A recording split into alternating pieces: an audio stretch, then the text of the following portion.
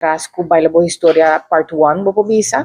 Unda ko hobe nang echt sali din ng shell bo po bisa, traha videonan, bailenan, hopi expresivo, hopi bonita mes, echt yung outro nível di eigenlijk saka di bo mes turbo expression ko boting liga na hecho di king bota, ibo historia, di unda bota bini, paso na Cas di Cultura no sa di opinião tame ko bo mester nos meste focus mas riba e parte di herencia pa hobe nang para fuerte din ng sapato. Dia 1 de juli, durante Ketikoti-dag, anto toch doen proyecto que está ligado mais com a juventude.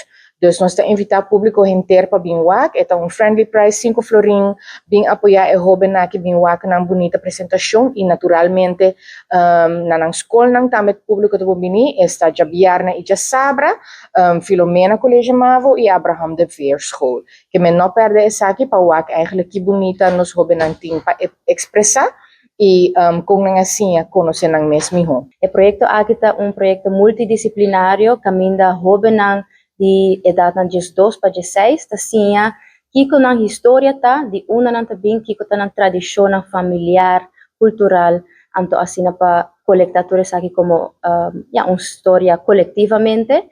Nantasinha den 4 disciplina pa agregar sa aqui, anto sa aqui ta den baile, música, fashion, dus moda, e também filmação, dus nantasinha, compa filma na mesmo short film, qual é o produto final. Youth learn from beginning to end how it is to work with professional equipment, how to start a concept and made it to a whole like script rolling to filming to a story. That's something personal to them as well.